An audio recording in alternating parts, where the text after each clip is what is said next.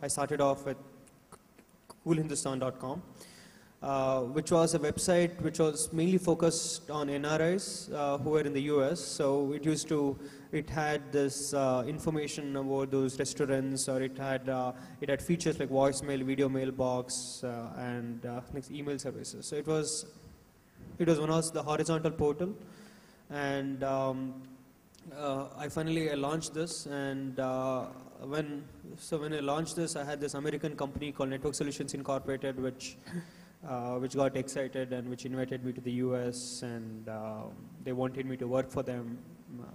So they felt that you cannot start your own company because you're you're very young and you need to finish an MBA, or you need to be in your 40s or 50s to be a successful entrepreneur.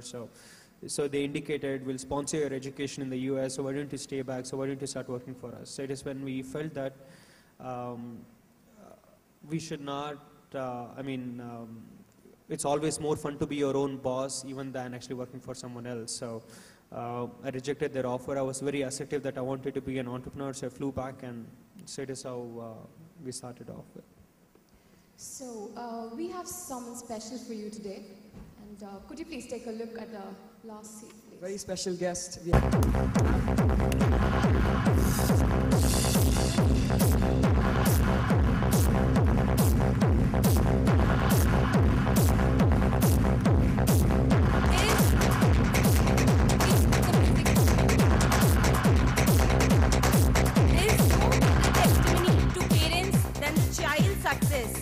And I'm sure to have a son like Mr. Suhas is every parent's dream.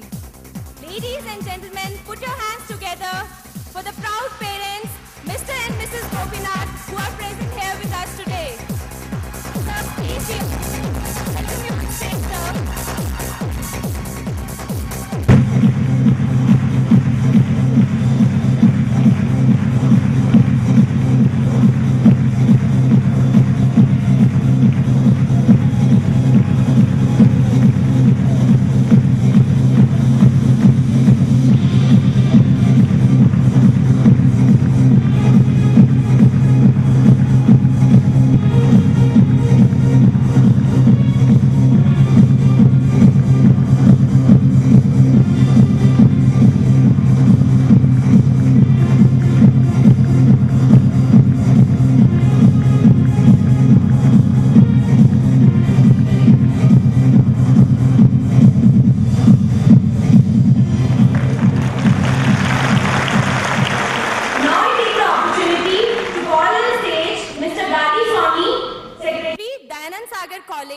And Mr. Netaji S. Ganeshan, Principal, to hand over a bouquet to Mr. and Mrs. Gopinath. It's an honor to have you both with us today.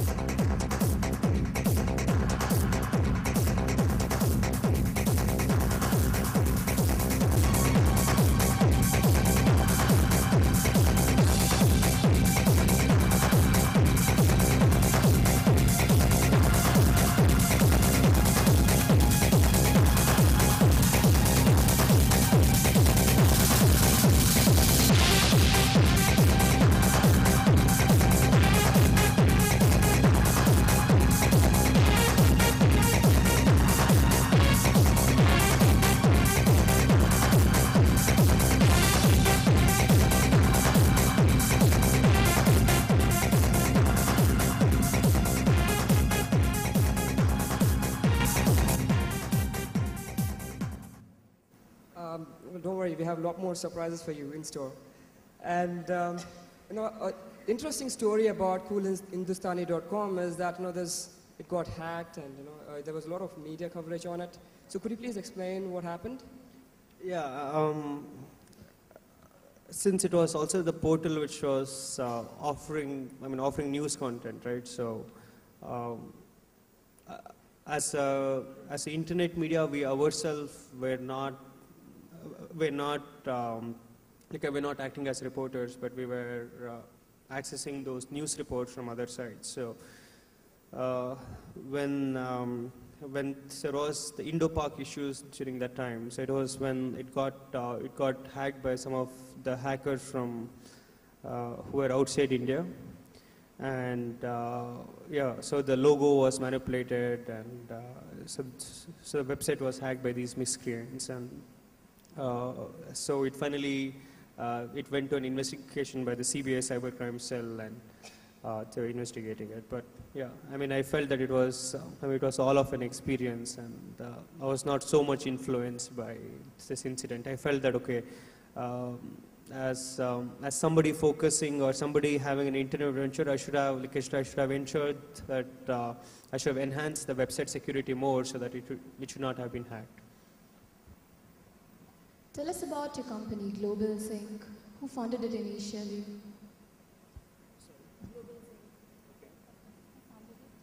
Oh, okay. So when we started the company again, I mean, as I indicated, I used to be a freelancer who used to build websites for other American companies, and I felt that even then you're staying as a freelancer, it makes more sense for you to have this legal entity so that you got, so if you have people who would like to outsource any projects or some work to you, they can accept you very seriously. So it is when I thought that, okay, it makes more sense that, okay, I'll have my own organization, and unfortunately, because of the Indian laws, I couldn't start the company in India, so I first had to start in the US. And so one of the major advantage was I was operating from a home office. I had my friend operating from a home office. I didn't have any investment at all.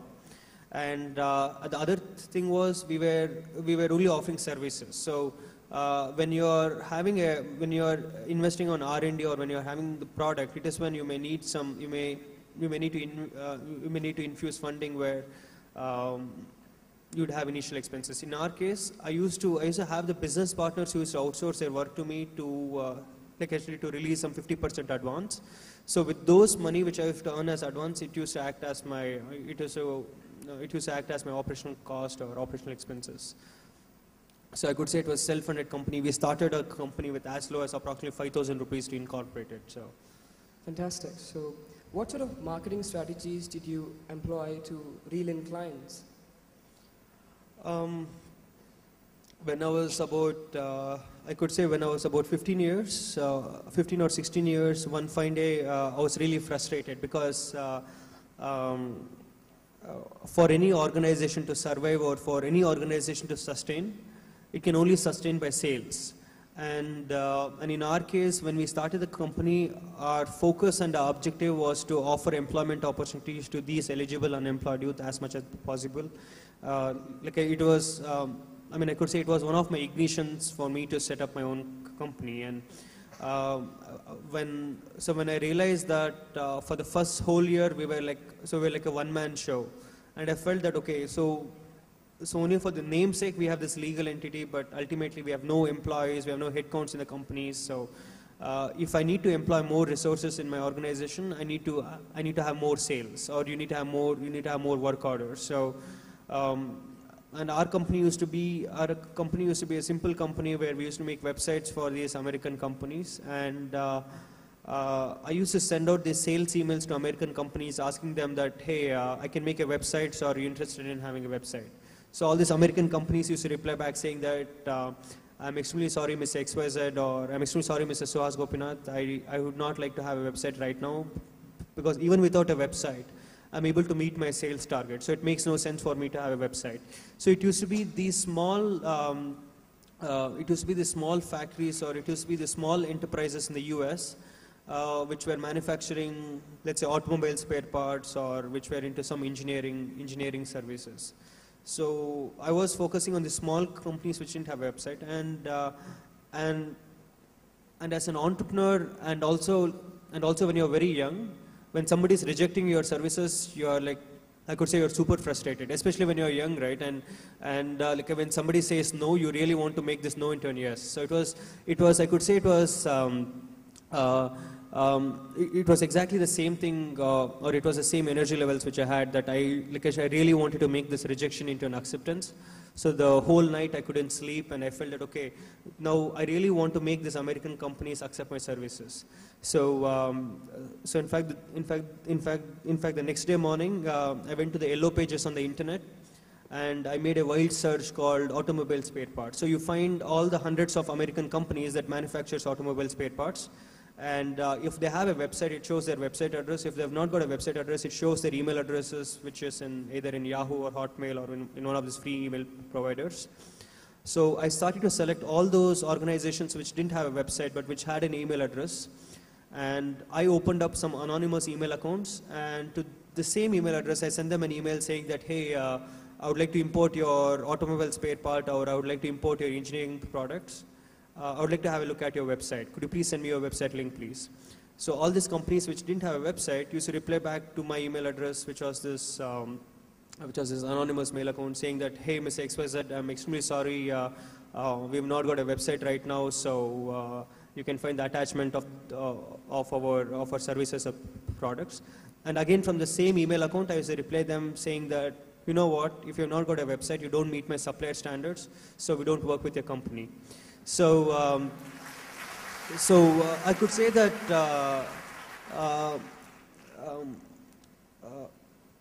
ultimately, after this incident, I used to send them an email in my own actual name as Suhas Gopinath after a few weeks, saying that, hey, I can make a website for $100 US or $150 US.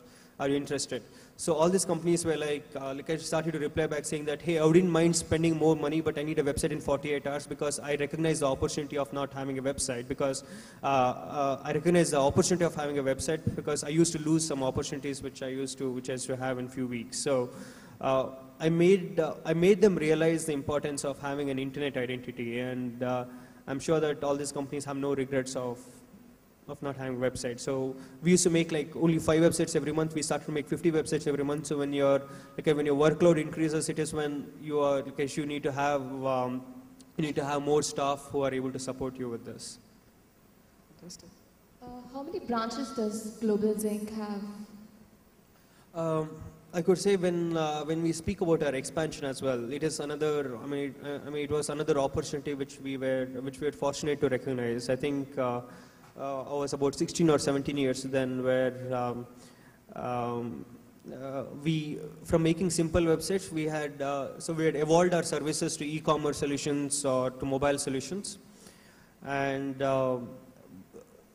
we felt that we should not be another IT company that is again focusing on the American market.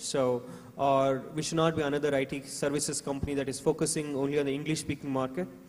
We aggressively have to expand into the non-English speaking market. So one fine day I thought, okay, you have all these nice companies like Mindtree, Infosys, everybody focusing aggressively on the American market. And I felt that, okay, I should not be another IT company which is also in the same road. So I used to make phone calls to these Spanish companies, because in the internet I used to make some research, and I used to see that, okay, you got some Spanish company in Madrid which is looking for an e-commerce solution. So after my school hours, I used to make phone calls to these Spanish companies from India saying that, hey, I'm interested to execute your project at half of the budget which I mentioned. So if the budget was 50 lakhs, I would say that I'll make it at half of the price. I have this expertise, and we've got the skills. We've already executed successful projects.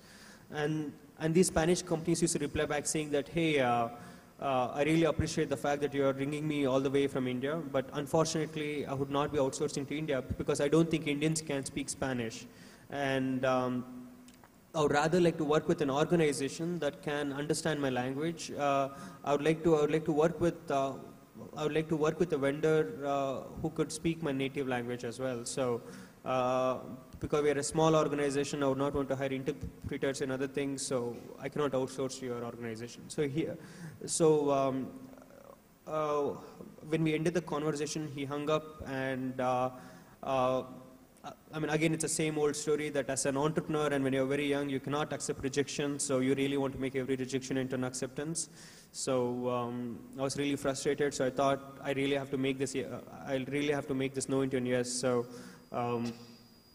I started to make the research about Spanish universities, and I was fortunate to find some interns, because my first objective was, okay, we are a small company, it would be impossible for us to employ anybody.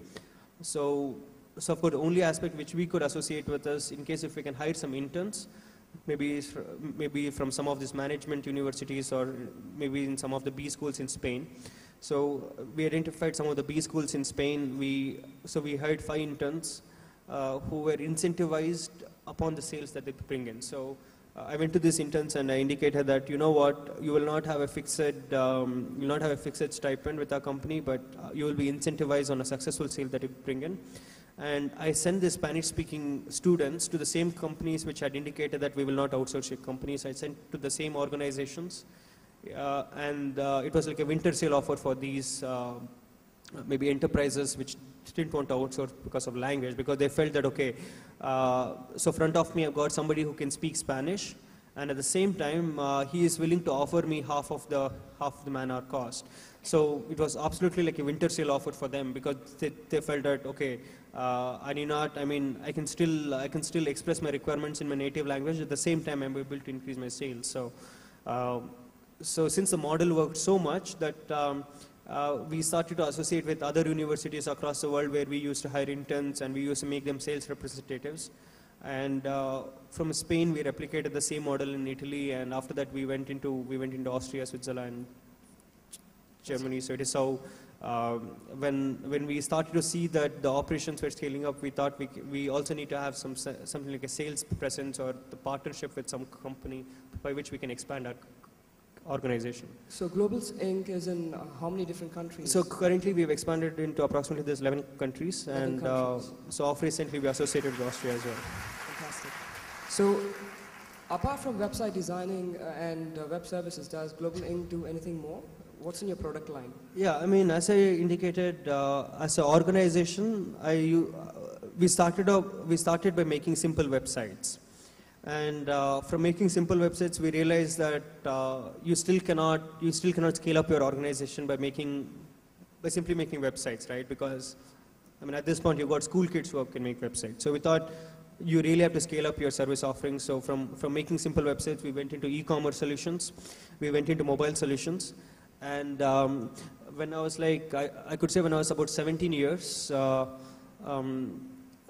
So it is where I was finishing my higher schooling, and I was about to enter my engineering then.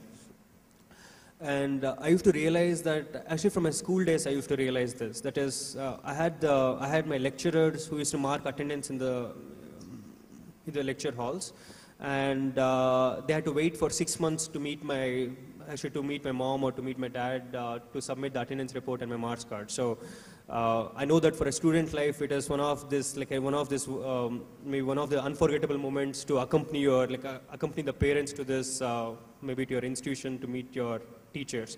So I felt that if I've skipped some lectures in the month of April, so why should my dad wait until September or October to have my attendance report? So I thought, okay, why don't we make a software where you got the teacher marking the attendance and hands over it to the computer operator, who will feed in the attendance in my system, and whoever is marked absent, it has to send out an SMS to his dad's mobile phone saying that he's not come to school today.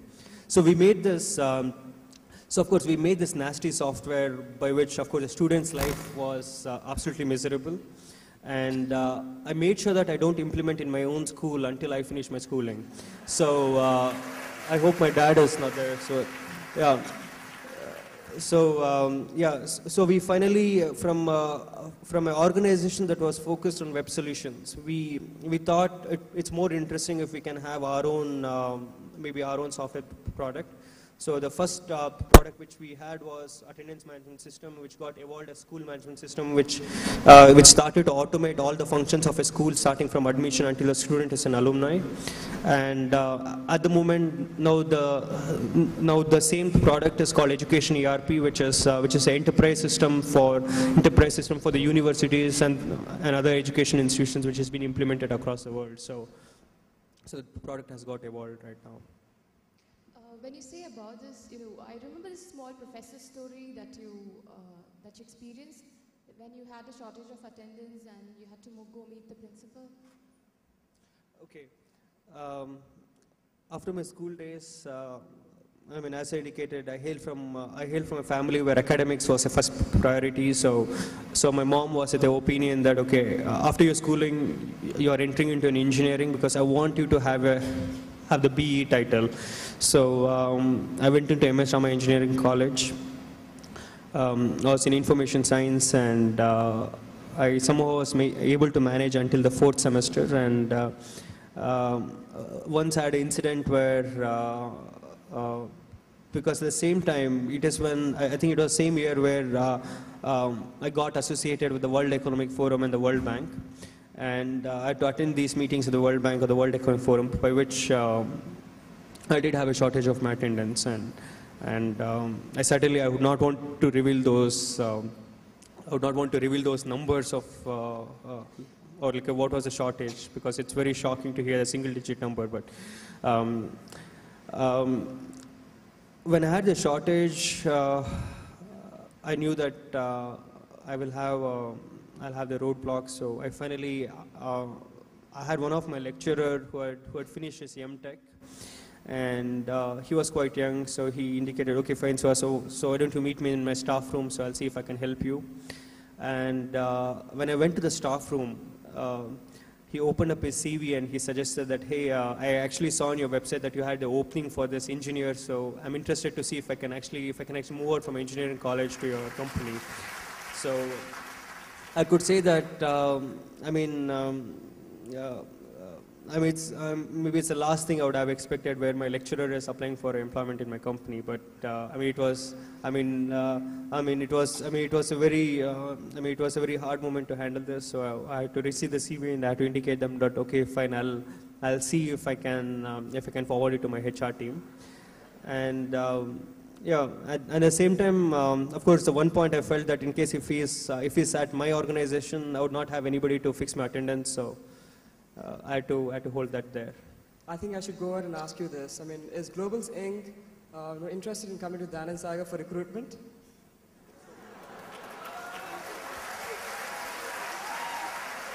Oh, sure.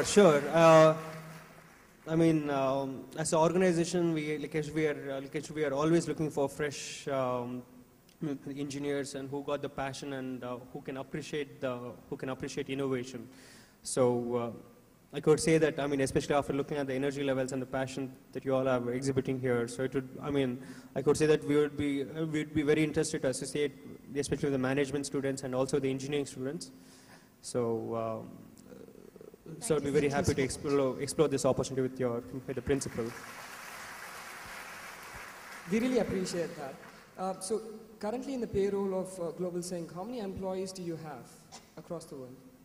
Currently in India, we've got about 100 employees, and across the globe, on our own main company subsidiary, we've got about 50 to 70. But we've got the subsidiary companies. We've got an internet venture, and we've got a company in Austria. And if we aggregate, it comes approximately 400. 400. Fantastic. But these are to the partnerships, but we are still happy that indirectly we've been able to offer hundreds of employments, but of course, within our own organization, we've been able to offer more than 100. So as an entrepreneur, it is always one satisfaction that as far as you are able to even offer employment opportunity, at least even to one person as well, you feel the satisfaction that, okay, you've been able to enable somebody, and especially with our company, we always had this,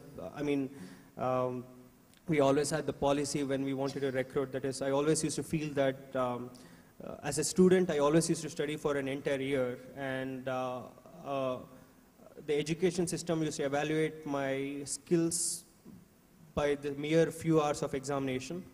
And I always used to feel that, why don't we have a mechanism where the student is evaluated not only by his bookish knowledge, but it also has to be the practical knowledge which he has. So it's not that the student studies for an entire year and he's evaluated by the mere few hours of examination, but you need to have the frequent evaluation so that you don't wait for a whole year to be completed.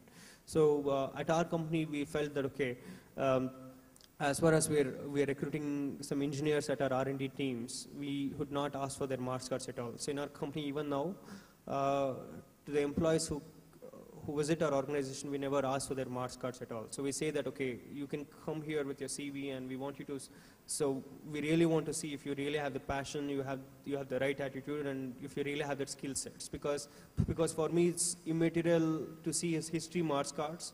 to see if he can be a right programmer in C++ or PHP. That's a very valid point. So you started this company when you were a teenager, 16 or 17 years old. How did you manage your school life, which is probably going to be extending till 4 o'clock, and then also deal with people and company? I mean, how did I manage my school life and my professional life? So one of the other advantage which I had was when I started the company, I think I was still in my 9th standard or final year of schooling. So I knew that in the final year of schooling, when we had the board exams, CBSE board exams, I knew that I really had to focus on that. And at the same time, when we had already started this company, so one of the main advantage which we had was the significant amount of our operations was mainly in the US. So in the morning I was able to attend my school, and in the evening when it used to be a sunrise in the US, I was able to interact with our business partners. So I realized that I started to sleep only for 4 or 5 hours every day, I used to mileage the advantage of this 11 hours time difference between India and the US. So morning I was attending my schooling, and in the evening I was working for these American companies. And I also realized that even though I was sleeping 4 or 5 hours, I never used to feel exhausted, because I knew that it is something which I really had the passion for. So when you do something with the passion, you certainly would not feel exhausted. Like for example, after a party, you would not feel exhausted, right? So it's like, because you really may have that interest to maybe to sit with your family or friends and celebrate. So, don't you ever watch movies, attend rock shows, concerts? Don't you ever have time for that? Did you miss out on college fest and rock shows, rock concerts? Yeah, I mean, I could say that, as I indicated, it was certainly one of the high price. That is, I did miss that youth life and the student life where, like half the time I was always engaged in meetings or voice conferences. And I remember when we used to have the fest in my own engineering college, I used to feel that, okay, instead of attending the fest, I would rather want to sit at my office and I should finish the aggregated work. So, I mean, it was certainly the high price, and I knew that is immaterial of your success or immaterial of a fame or anything. You will never be able to enjoy back that youth life. But at the same time, I used to have these experiences with my friends, like when I met a friend from my school days. He sat next to me and he told, okay, you've been like the youngest CEO of the world, or you've been the youngest entrepreneur, but I also want you to have another accomplishment of being the world's youngest retired person. So I want you to apply for this early retirement so that you can start enjoying your youth life. So it is when I really realized that what it really means, that so I realized that I should have had the lifestyle which was well balanced. So at least now I've been fortunate enough that at least I don't work on the weekends, and I make sure that I don't exhaust myself. Absolutely true. Life is about experiences, and we wouldn't want you to miss out on any of those. Today we have with us Anshuman and band who will be playing a song for you, Hotel California. Hope you enjoy it.